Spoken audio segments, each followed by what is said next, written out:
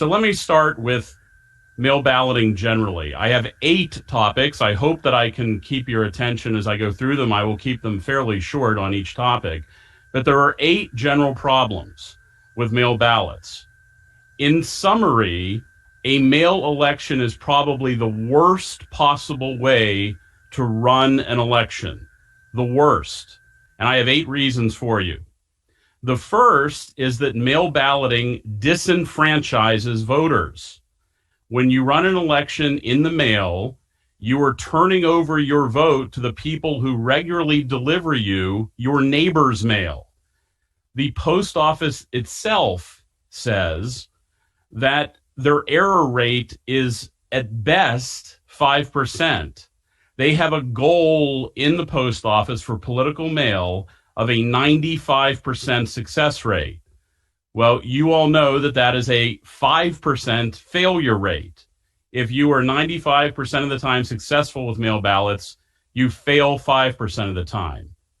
The Public Interest Legal Foundation has been monitoring mail balloting around the country, and there's some very fascinating data. For example, coming out of Nevada, where we were able to track in the primary and delivered this information first, that in Clark County, for example, 1.3 million mail ballots went out, 233,000 bounced because of the bad voter rolls, which I'll get to later, and 310,000 arrived. So it gives you a sense of what actually occurs in a mail election. But the bottom line is that mail balloting disenfranchises voters because 5% of them are lost, and even more of them are not counted because of errors that cannot be corrected. The second major problem with mail balloting is it destroys transparency. In other words, there is a value to having both sides watching the election, and that value is there's confidence in the process after it occurs. Now, isn't that interesting? One of the things that characterizes the 2020 election among many people, if not millions of people in your state, is a lack of confidence in the process.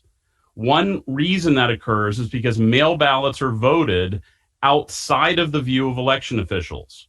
Transparency is a good thing, and when you go to mail ballots, you lose transparency, which takes me to the third problem with mail ballots, is that ballots can be voted by other people.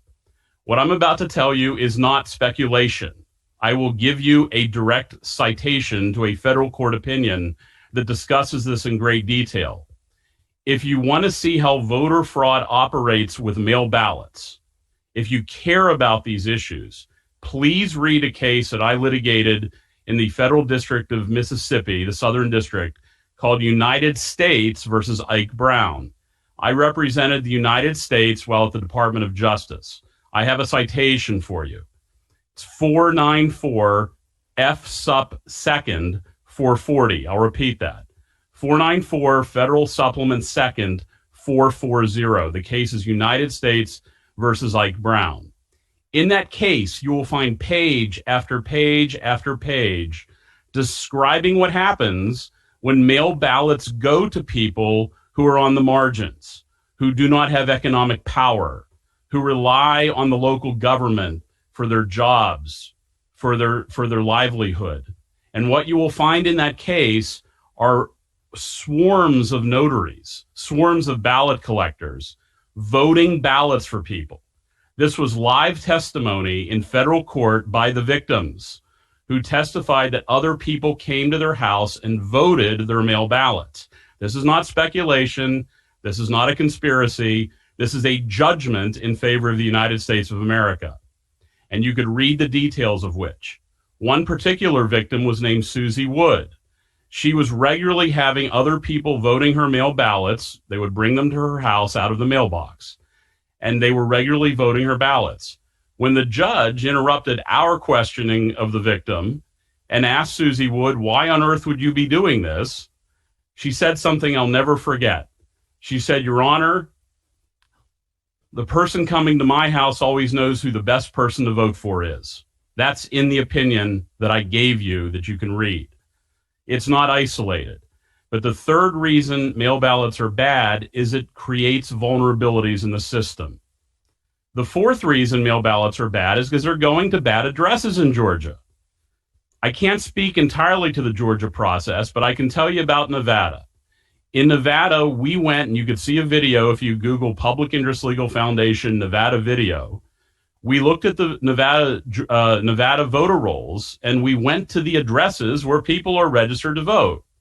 And what we found are vacant lots, mines, liquor stores, pot shops, casinos, and other places like that where people are improperly registered to vote. And here's the important part: mail ballots are being sent to these locations.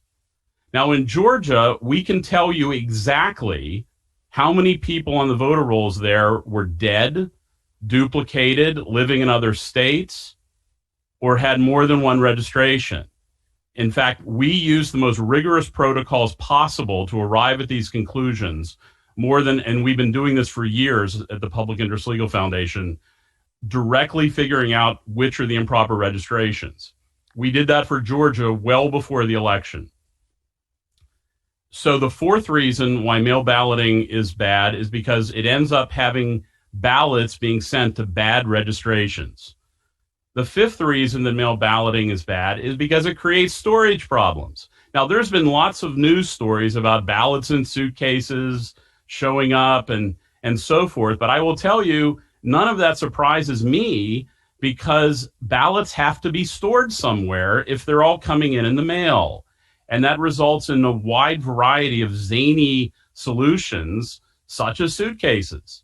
And so what it does is it creates storage problems, and it creates paranoia about when people actually see how the ballots are being stored. If you're in a busy election in a room and you have a lot of mail ballots, sometimes they need to be put in strange places, like under the desk or over in the corner.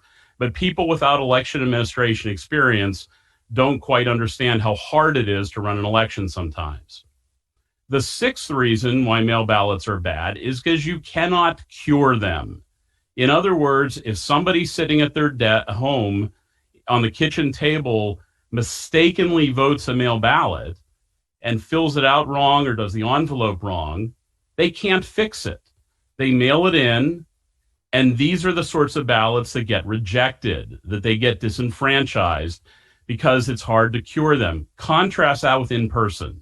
When you vote in person and you make a mistake, your ballot can be fixed. You can change something. You can spoil a ballot under Georgia law, but you can't do that with mail ballots. Seventh, voters don't often know if their votes are not counted when they mail them in. They check out of the system. They don't follow up. They don't have time. They expect their ballot to be counted and would be shocked to learn how many ballots are not counted that are mailed in. So voters don't even know that they're being disenfranchised.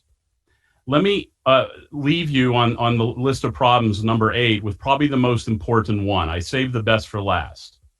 When you have a mail balloting system, election officials are not in charge of the process as much. It is decentralized. There's no central authority watching the system take place. You can't see it. You can't observe it. You can't fix it. You can't make it better. It's almost like you've created a system of chaos. And so election officials should be on top of the process directly, not 3 days after it mails if it gets to the office. It's important that the very good election officials in Georgia have a greater role to play, and mail balloting takes that away. So those are the 8 problems that I've observed around the country over the years with mail balloting. I urge you to please read U.S. v. Ike Brown, because it will show you how a system breaks down when it comes to mail ballots. Now,